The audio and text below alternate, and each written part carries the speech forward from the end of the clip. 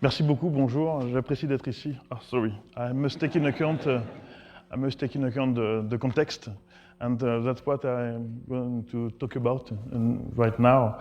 In fact, Perfect Memory is a company that provides a platform to reconcile and relink and value the big data, the multimedia big data, the content in volume.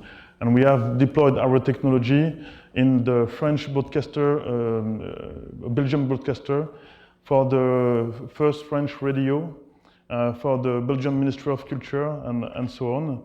And we are about to be integrated in one of the most used media asset management system called DALET. We are, in fact, we mobilize the semantic technology to address some issue coming from this new world, this new digital world.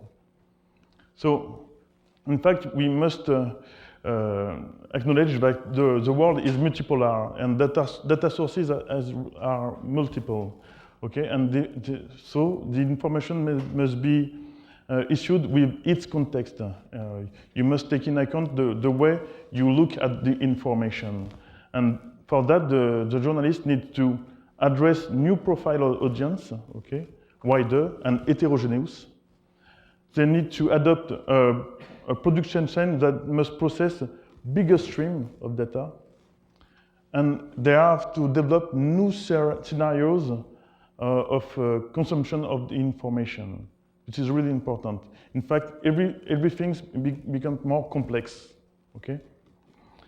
So we used to work, we used to have a production chain simple with human that write an article, process a request on a machine, read another human read the summary and summarize the content, and maybe share the content. Today, we are yes, and it shares the content that is just data. They are processing data. Now, in this new production chain, machine, computer are more involved in the process, okay? So human can create content, but the machine will process the content, will summarize, will build automatic abstract, will build links between things, and provide this processed content to human. So what is is processing is knowledge. We move from data to knowledge. It means that things are connected. This is the difference between information and knowledge, when the meaning of things are clearly expressed. Okay? So, as a result, the journalist access a bigger range of more complex and richer data and need to address a bigger audience. Okay? So you have opportunity to use knowledge coming from the linked open data. Anybody knows what is the linked open data? In fact, the linked open data is something totally crazy. It's available knowledge outside of your institution, of your company, or where you work. So you can find in the linked open data the definition of the University of Missouri, for instance. You can find a lot of things about what you are working on, okay? So you can use all these available information and knowledge to build your own information.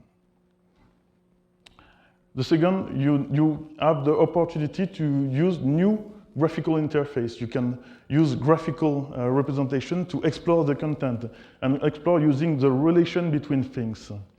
You can use the rich, semantically described content to search the content.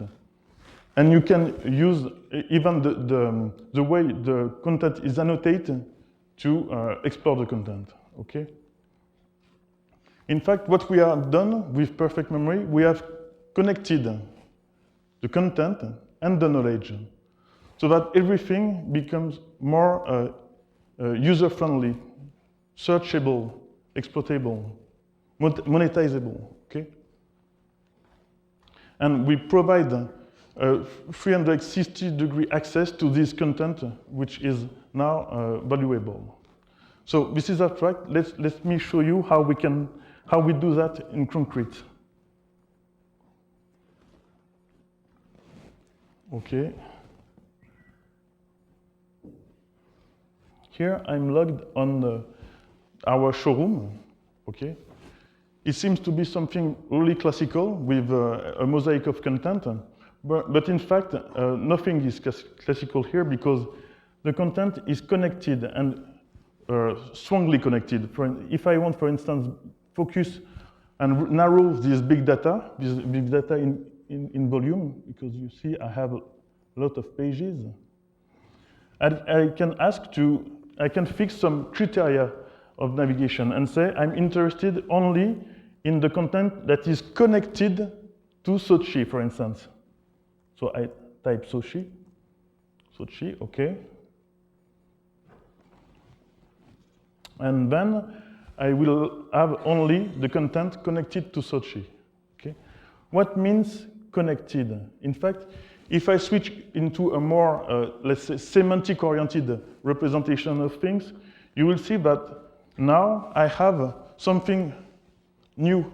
I have the connection between things on my databases, So and I can clearly express the meaning of the relation. Okay. I am connected to this content because I have the right to access this media. Okay. I am connected, if I focus on this media, Olympic game at Sochi, I am connected to this athlete because this athlete is displayed in the video. So you see that the meaning of thing is clearly expressed, okay? You know that the journalists used to publish things, visitors used to read, comment, and ask questions, and journalists answer the questions. Now, we have in a collaborative process. It's a co-working.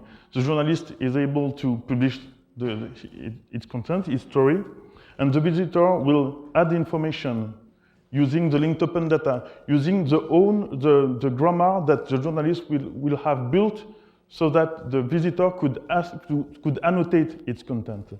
And then you are in a process of, it's not a one-way process, but it's a participative, a collaborative process, okay? Maybe, still down, if I need the network because I have finished my demo. Of course, I will be at the demonstrating room if you want to have a personalized demonstration, but it will be great that I can show you that. Ah, yes, and I can use maybe So we just learned about the fact that we had some intermittent network outages across the Mizzou network. We learned about that at noon. So unfortunately, with Steny's presentation, it was largely reliant on a network. Imagine that. So of course, the timing would be perfect for such a thing.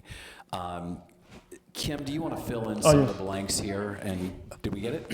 Yes, I just want to show that we are responsive. So everything that you can see on the web is available on the tablet. So you can navigate to this, Amanda is processing the content. You see that you can access to the graph view. Then if you click on the news bullet, yes, here we can display all the meaning of the relations. If we click on news bullet, and we focus on this one, for instance, okay, perfect. Then we have all the connection to this media, okay? Maybe we can display again the meaning of the relation. And if we go deeper into the detail of this video, then we see that we have three parts on this content. We have the video itself, we have the description, and we have the timeline. Maybe click on Barack, just here. Okay, you see that Barack is a well-known person, and I don't have to recreate this information. I just have to harvest the information on the legal open data and focus on what is specific to my job, to what I know, okay? And I can mix some well-known information and some specific high-valued information, okay? And maybe if you click on the plus, just on the right, okay? And now you type your search, University of Missouri. You see, it's really intuitive. You will have all the information relative to University of Missouri. So you make the same action as before, but now when you add something, it is connected. Okay?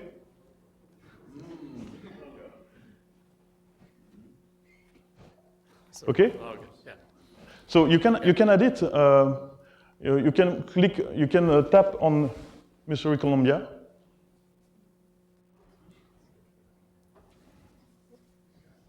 Okay.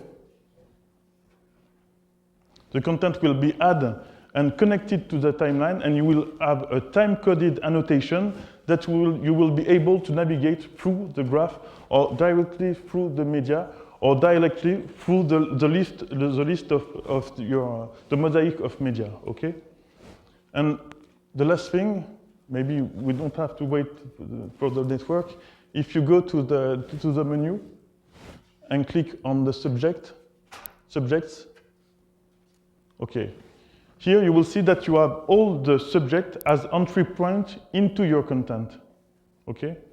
So you have in one side the media, and in the other side, any subject that you can navigate, exploit, enrich, share, value, monetize, okay? So the network is gone again. I wanted to do a live demonstration to prove that it is a product, in fact. It's not something on our R&D project. It's on-the-shelf solution, and it can work as a product, or you can use it as a framework, okay? Because what is very specific with semantic, that it can follow the way you will learn. You can start small, and it will follow the way you develop and you enrich your need. Steny, I have a question. So is it true that with your kind of natural language semantic middleware solution that you integrate, like with the broadcasters, full video archives, that your technology can bring in state-of-the-art speech-to-text, facial recognition, and all of that? And how long would it take you to integrate the perfect memory semantic middleware over a very large media asset management system for a broadcaster? Yes. In fact, it took 2 weeks to integrate the archives of RTBF. And integrate means deploy our solution. It's a semantic middleware, and connect the speech-to-text, the semantic speech-to-text, the video analysis, any kind of process that will extract information within the content. Because what I've just demonstrated is that you have an engine that is able to structure, enrich, and capitalize the information and transform it into knowledge, but you have some module that will search for the hidden information and transform it into knowledge as well, okay? And Amanda says that it should be working now, so okay. you should be able to pull that out. Great, so just I want to show you the subjects. So, We hope. We hope. Yeah. So here you have the subject, and you can see that you have mixed subjects. You have well-known person in blue, places, but you can have some file of people that don't exist on the linked open data. Soon, but not yet. So maybe if I type for Kim, I have Kim as a person, okay? And I can add new subject, okay, like that. And use the grammar, your grammar, it's not ours. We will discuss with you and define this grammar, the semantic thesaurus, if you prefer. We call that an ontology. so that you will be able to add your own knowledge and maybe create Flynn. Okay. With a description from. Yeah. Okay, and put the thumbnail, and then this knowledge will be available to annotate, to tag. But you can use it, but you can ask for crowd indexing using this index. Okay, let's add it. Maybe I can find a picture of you somewhere in the net. We won't ask internet today. Okay. That's it. We try to be simple, to gather the information, transform it into knowledge, and exploit it, push it on any kind of platform. And as Steny mentioned, tomorrow at noon, he'll be able to demonstrate his product as well. So feel free to find him tomorrow. Kim, is there any other context that you'd like to give just in terms of how you see this working?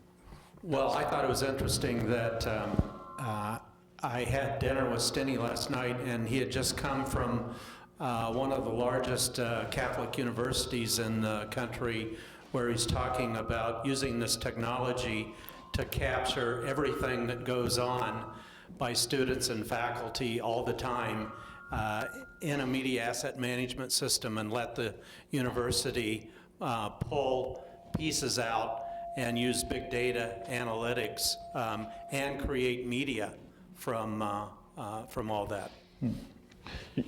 You can see the impact of structuring the information because it impacts the way you search. I have typed Putin, Vladimir Putin. If I select this, I can select what kind of relation I want Putin to have with the media I'm looking for. And if I select, I want Putin to be mentioned in the media and add this search, I can find a media, click on it. I'm positioned directly in the media in the first occurrence of the annotation I'm looking for, and then I can hear. I don't have sound.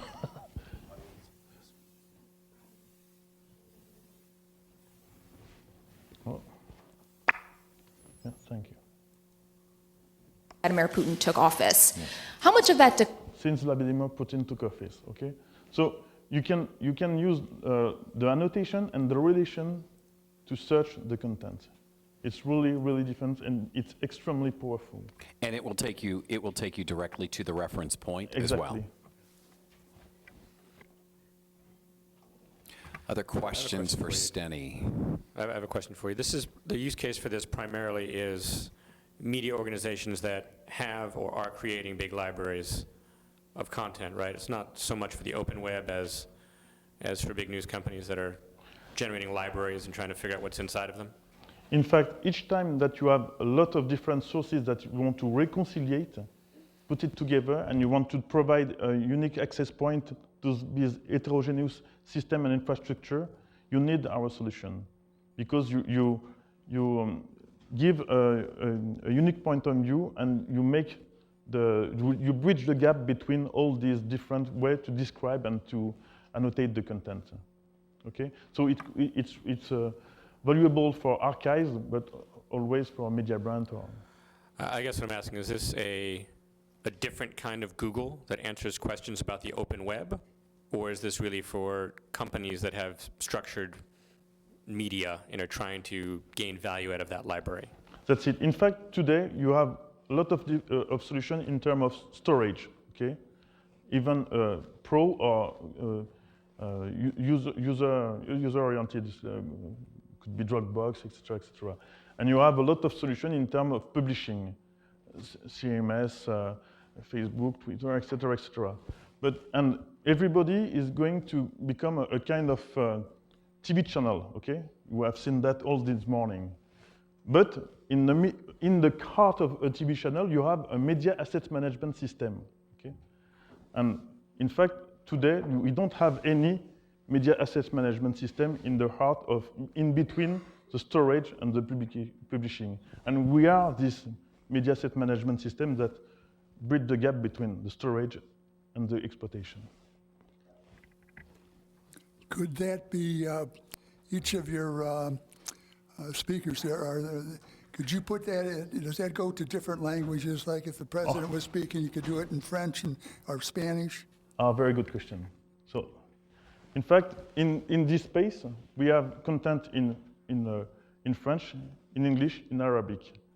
And even if the content is described in Arabic, the annotation is translated into your own language if it exists, okay? That's the interest of the semantic web, because you can make link between different culture and say the way you say that is the same as we said that, okay? It's really a matter of reconciliation and put together things. Yes, maybe if I select, I know if I go to the politics content, I may have something in Arabic. Yes, this one I know. Okay, you see the annotation is in English because my platform is configured in English here, okay? My preference is English. But if I play the video, you will see that the video is in Arabic, okay? It could be in French, in Portuguese, in Spanish, whatever. So it does the translation for you. Exactly. So the process is to connect any agent, any machine computer that will extract the information, and then build the linked structure, reconciliate. But to Neil's point, I would think that in a news organization, this would create for a more rapid iteration of, of content and being able to find, oh, I know that somebody said something 2 weeks ago, and I know who said it, but I can't find it. I mean, it's surprising how important the company historians are, just people who've been there a long time inside an archive, who are just the human computers that actually know where tapes are and where information is. I mean, this would help them and also help get around that problem. Yes, yeah. In fact, there's always few things, few annotations, few words, few metadata on which we can leverage the information.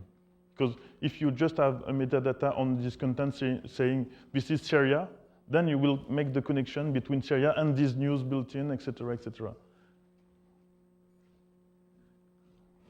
Other questions? Okay. Steny will be available tomorrow at noon and also the rest of the day. And so thank you very much, Steny. Really appreciate it. Merci beaucoup, à bientôt.